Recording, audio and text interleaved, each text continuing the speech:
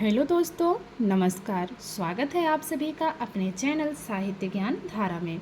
आशा करती हूँ आप सभी लोग स्वस्थ होंगे और अपनी पढ़ाई में लगे होंगे। तो कवियों की श्रृंखला में बिना किसी देरी के हम लोग देखेंगे आज रामेश्वर शुक्ल अंचल के बारे में। इसके पहले हम लोग 134 कवियों के जीवन परिचय के बारे में पढ़ चुके हैं। जो लोग चैनल पर नए जुड़े हैं वो जाके देख सकते हैं, प्लेलिस्ट इसकी बनी हुई है। तो आप प्लेलिस्ट में जाइएगा और वहाँ पे सारी की सारी वीडियोज़ आपको देखने को मिल जाएंगी। तो बिना किसी देरी के शुरू करते हैं। रामेश्वर शुक्ल अंचल, इनका समय 1915 से लेकर 1995 ईस्वी के मध्य माना जाता है। जिसको कुछ और भी विस्तृत जानकारी लेनी हो तो इसमें जो है यूट्यूब चैनल में टेलीग्राम का भी लिंक मैंने डाल रखा है, तो आप टेलीग्राम चैनल से जुड़ सकते हैं। वहाँ पे एक क्विज़ भी कराई जाती है, तो आप लोग वहाँ पर भी अवश्य जुड़िएगा।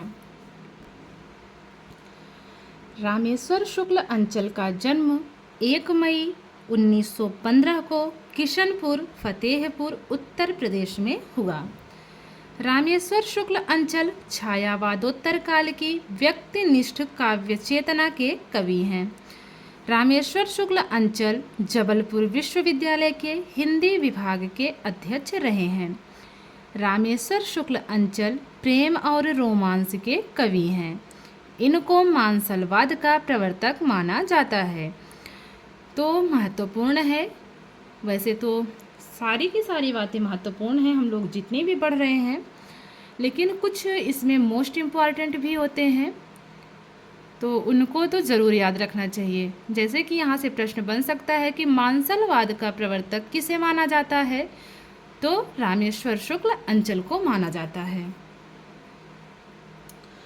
आगे है, रामेश्वर शुक्ल अंचल की पहली कविता सन 1935 में माधुरी पत्रिका में प्रकाशित हुई थी। रामेश्वर शुक्ल अंचल को जबलपुर विश्वविद्यालय से डी.लिट की उपाधि प्राप्त की। तो इनको डी.लिट की उपाधि कहाँ से मिली थी? जबलपुर विश्वविद्यालय से मिली थी। रामेश्वर शुक्ल अंचल को हिंदी साहित्य सम्मेलन द्वारा साहित्य वाचस्पति की उपाधि दी गई। तो उपाधियों को तो याद रखेंगे ही, लेकिन किसके द्वारा दी गई ये भी हमको जो है याद रखना है। तो पुनः देखते हैं, रामेश्वर शुक्ल अंचल को जबलपुर विश्वविद्यालय से डी.लिट की उपाधि दी गई। रामेश्वर शुक्ल अंचल को हिंदी साहित्य सम्मेलन द्वारा साहित्य वाचस्पति की उपाधि दी गई। रामेश्वर शुक्ल अंचल ने प्रगतिवादी व मार्क्सवादी रचनाएं भी लिखी हैं। कुंवर की दुल्हन रामेश्वर शुक्ल अंचल का एकमात्र कहानी संग्रह है। तो इनका एकमात्र कहानी संग्रह कौन सा है? वो है कुंवर की दुल्हन।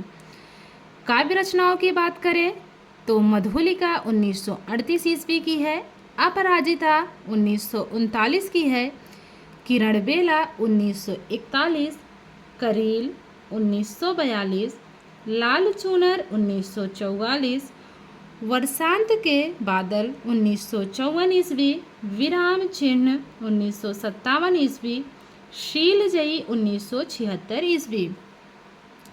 तो अभी जितनी भी रचनाएं, जितने भी कवियों का जीवन परिचय हम लोगों ने पढ़ा, अगर आप लोग चाहें तो वीडियो को 1 से 2 बार देखेंगे तो जितनी भी रचनाएं हैं संभवतः याद हो जाएंगी, और आप लोग इसको लिखकर एक अपना नोट्स भी बना सकते हैं। तो आप लोगों को जैसे भी अच्छा लगे आप लोग उसको पढ़ सकते हैं, याद कर सकते हैं, नोट करके रख भी सकते हैं। और नहीं नोट करना है तो वीडियो तो है ही, तो वीडियो आप लोग 1 से 2 बार देख लेंगे तो याद हो जाएगा।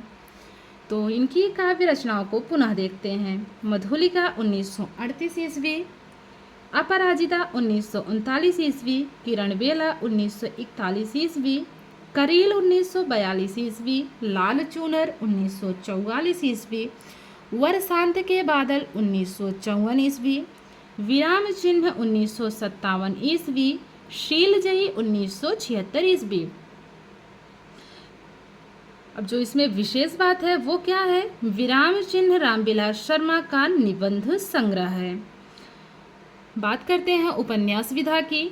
चढ़ती धूप 1945 ईस्वी, नई इमारत 1946 ईस्वी, उल्का 1947 ईस्वी, मरु प्रदीप 1951 ईस्वी।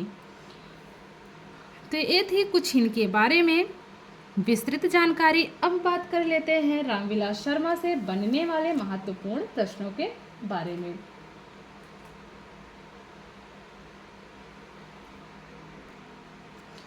तो माफ़ कीजिएगा, हम लोग पढ़ रहे हैं अभी रामेश्वर शुक्ल अंचल के बारे में। अभी हम लोगों ने एक रचना देखी थी विराम, इसमें कौन सी, विराम चिन्ह। विराम चिन्ह किसका काव्य रचना है? अगर काव्य रचना की बात होगी तो काव्य विधा है रामेश्वर शुक्ल अंचल की, और वहीं अगर निबंध संग्रह की बात की जाएगी तो रामविलास शर्मा की होगी।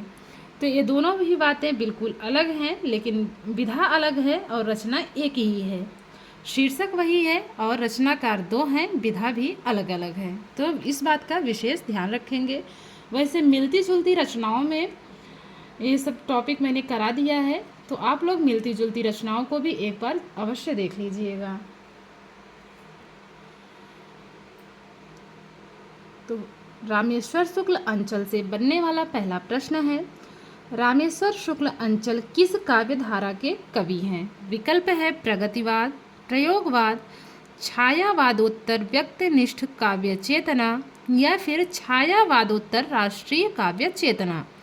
तो जो इसमें तीसरा विकल्प है छायावादोत्तर व्यक्तिनिष्ठ काव्य चेतना बिल्कुल सही है। अगला प्रश्न है, रामेश्वर शुक्ल अंचल का जन्म कब हुआ? विकल्प है 1913 ईस्वी, 1915 ईस्वी, 1910 ईस्वी या फिर 1911 ईस्वी। तो रामेश्वर शुक्ल का जो है जन्म हुआ है 1915 ईस्वी में। रामेश्वर शुक्ल अंचल का जन्म कहाँ हुआ? विकल्प है टिगरिया होशंगाबाद बिहार, मीरापुर मुजफ्फरपुर उत्तर प्रदेश, किशनपुर फतेहपुर उत्तर प्रदेश या फिर श्योपुर ग्वालियर मध्य प्रदेश। तो रामेश्वर शुक्ल अंचल का जन्म हुआ है किशनपुर फतेहपुर उत्तर प्रदेश। रामेश्वर शुक्ल अंचल किस विश्वविद्यालय के हिंदी विभाग के अध्यक्ष रहे हैं? लखनऊ, फतेहपुर, जबलपुर या फिर इलाहाबाद। तो जो तीसरा वाला विकल्प है जबलपुर बिल्कुल सही है। रामेश्वर शुक्ल अंचल किस काव्यवाद के प्रवर्तक हैं? नकेनवाद, प्रगतिवाद, हालावाद या फिर मानसलवाद। तो ये मानसलवाद के प्रवर्तक माने जाते हैं। रामेश्वर शुक्ल अंचल को किस विश्वविद्यालय से डीलिट की उपाधि प्राप्त हुई? लखनऊ, फतेहपुर, जबलपुर या फिर इलाहाबाद। तो जो सही विकल्प है इसमें वो है तीसरा जबलपुर। अगला प्रश्न है, रामेश्वर शुक्ल अंचल की पहली कविता किस पत्रिका में प्रकाशित हुई? हंस, माधुरी, श्री शारदा या फिर सरस्वती। तो वो है माधुरी। रामेश्वर शुक्ल अंचल की पहली कविता कब प्रकाशित हुई? 1935, 1936 या फिर 37 या 38। तो जो इनकी पहली कविता है उसका प्रकाशन हुआ है 1935 ईस्वी में।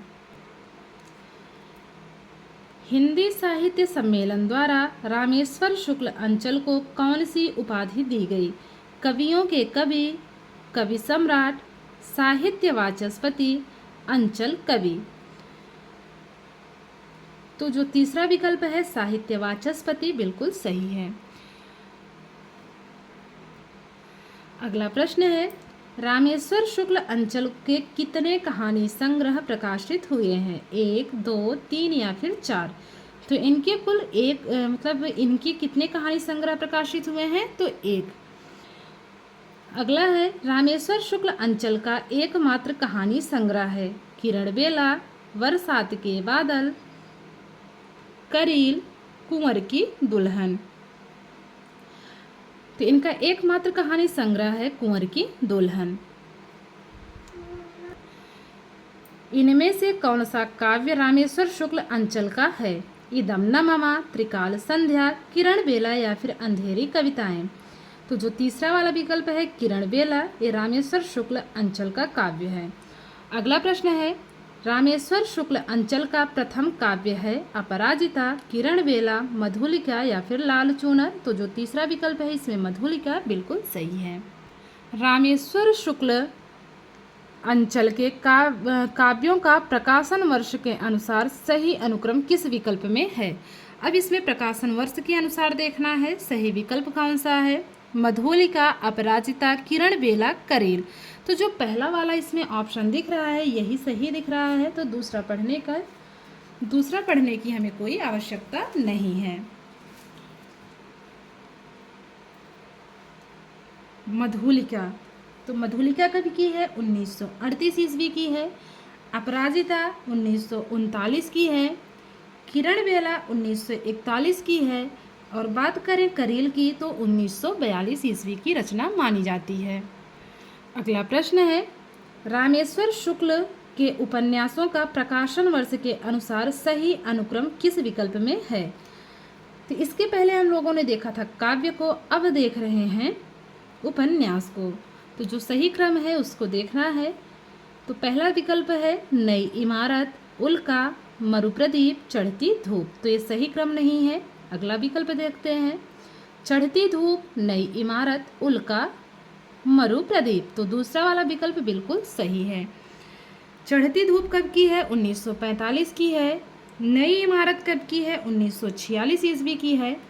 उल्का का समय 1947 है और मरुप्रदीप का समय 1951 ईस्वी माना जाता है। किसने कहा है कि अंचल जी की काव्य रचना का आरंभ आनंद की सिद्धावस्था से होता है। विकल्प है रामविलास शर्मा, आचार्य शुक्ल, रामकुमार वर्मा या फिर डॉक्टर बच्चन सिंह। तो यह कथन है बच्चन सिंह का। अगला प्रश्न है, रामेश्वर शुक्ल अंचल के किन काव्यों में प्रगतिशील रचनाएं संग्रहित हैं। अपराजिता, लाल चूनर, किरण बेला, करेल, वर्षांत के बादल, शीलजयी या फिर विराम चिन्ह, मधुलिका। तो जो दूसरा वाला विकल्प है यही वाला सही है। इसमें क्या की गई है, इसमें प्रगतिशील रचनाएं समाहित हैं। अगला प्रश्न है, प्यार का सागर तुम्हारा स्वप्न सा मधुस्पर्श नारी पंक्ति के रचयिता कौन है। विकल्प है शमशेर बहादुर सिंह, रामेश्वर शुक्ल अंचल, नरेंद्र शर्मा या फिर मुक्तिबोध। तो जो सही उत्तर है वो है रामेश्वर शुक्ल अंचल। अगला प्रश्न, रामेश्वर शुक्ल अंचल की रचनाएं किस प्रकार की हैं। प्रगतिवादी, मार्क्सवादी, आ और बा दोनों सही, छायावादी। तो जो तीसरा वाला विकल्प है वो सही है। मांसलवाद के प्रवर्तक रामेश्वर शुक्ल अंचल का निधन कब हुआ। 1993, 1995, 1990 या फिर 1991। तो जो सही उत्तर है इसमें वो है 1995 ईस्वी।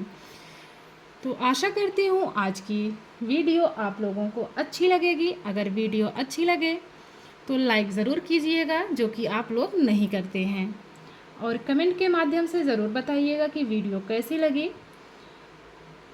और उससे ज़्यादा कुछ नहीं होता, उससे मुझे थोड़ी सी राहत होती है कि नहीं आप लोगों के काम की है वीडियो। तो बहुत ज़्यादा बड़ी वीडियो रहती भी नहीं है कि देखने में ज़्यादा वक्त जाए, तो कम से कम समय में ज़्यादा से ज़्यादा जानकारी देने की कोशिश रहती है मेरी।